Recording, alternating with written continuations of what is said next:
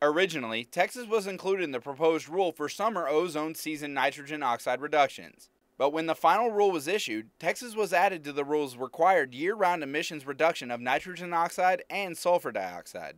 Essentially what they're trying to do is reduce some bad air, some air quality issues in the east. And what they're saying is that there are certain emissions that are drifting over state lines, but Texas is pretty far west to be affecting these cities, so we didn't have any knowledge of being put under this rule.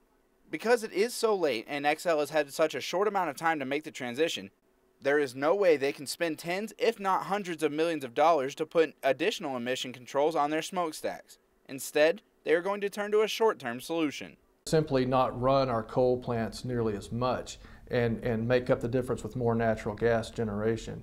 The problem with that is natural gas generation is more expensive, so the fuel costs go up. Meaning consumers will see a hit on their monthly bill. And while most states have had a year to prepare for this rule change, Texas will only get 6 months.